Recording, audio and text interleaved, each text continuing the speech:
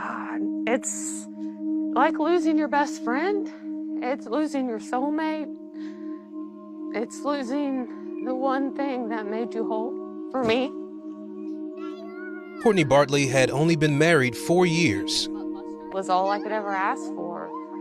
He was one of the sweetest men I'd ever met. After years of sobriety, her husband Seth overdosed on fentanyl on March 30th last year. 4-year-old Isla and 2-year-old Elise barely knew their dad. When I look at my girls, that's a whole different type of loss. I had never experienced pain, except for when I see my girls cry out for their dad or grab a picture and hold it close to their heart, because that's the only way that they're going to get to feel him. You can look back over the last 10, 20 years. When it comes to opioid-related mortality, we've seen a significant increase in the number of overdose deaths nationally over the last 10 years in particular. Psychologist Navdeep Kang is the clinical director at Brightview Health, an addiction treatment center founded as the opioid epidemic hit Southern Ohio and the region he describes as the cradle of the crisis. The opioid epidemic and all of that overdose death has really ravaged the community here, has shined a light on what people have been dealing with. Nationally, there were 81,000 drug overdose deaths from May 2019 to May 2020, the highest number of overdose deaths ever recorded in a 12-month period, according to the CDC.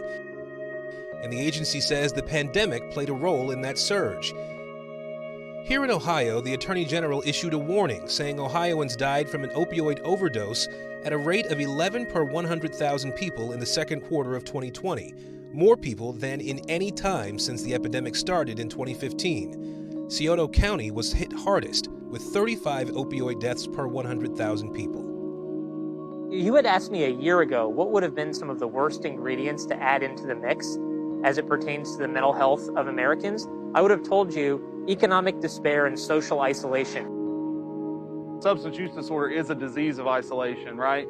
The opposite of addiction being connection with other people, being a meaningful life, being relationships. COVID has taken a lot of those things away from us.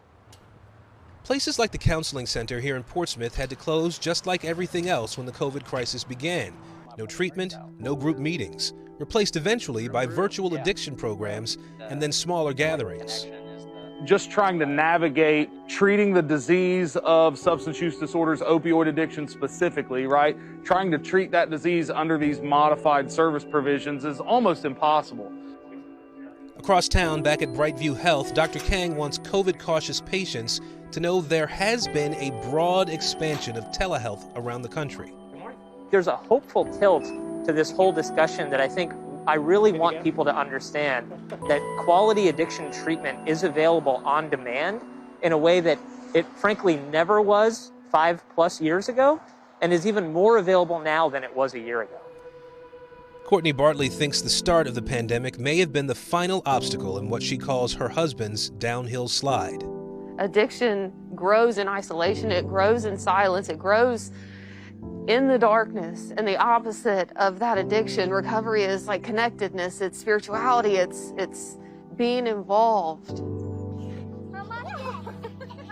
Courtney holds on to that truth as she goes through life with her daughters.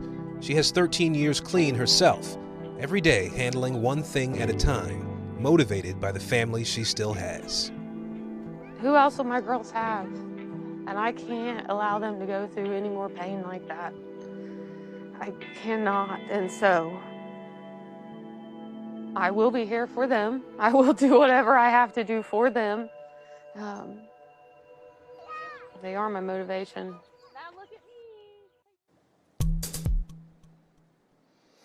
And Aaron joins me live now from Portsmouth, Ohio. Aaron, you said in your story there that Dr. King describes Southern Ohio as the cradle of this crisis. Why is the opioid epidemic hitting this part of our country in particular so hard? Yeah, I think Dr. Kang was referring to when this all started in this region, really, not just in Southern Ohio, but in West Virginia and Kentucky, which is just across the river behind me here. This area saw a lot of pill mills. They were just folks coming in, doctors coming in, and being able to prescribe painkillers that were not necessarily needed by some of the people who were getting some of those medications. Now, though, for sure, this opioid problem is led by illicit drugs, things that people are buying on the street, things that are that they may not know what's in, and things that are killing people in large numbers, Allison. What are you hearing from both counselors and patients about how virtual treatment is working out during this pandemic? Is it working for them, or do they really miss those connections and those in-person sessions? Yeah, I think virtual treatment is an option that people are pursuing because in some cases it's the only option that's available. But many counseling services are now doing in-person sessions again with patients, and they're also holding group meetings, smaller group meetings where people are wearing masks, and so they're not able to sort of see each other's faces and expressions, but they're still able to make that connection a little bit more than they were when the pandemic started around this time last year. All right, Aaron, such a heartbreaking story. Thank you so much for sharing with us what folks are dealing with there in Ohio. Appreciate it.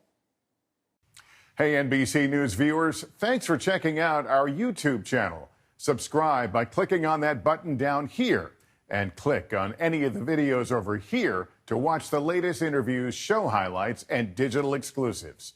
Thanks for watching.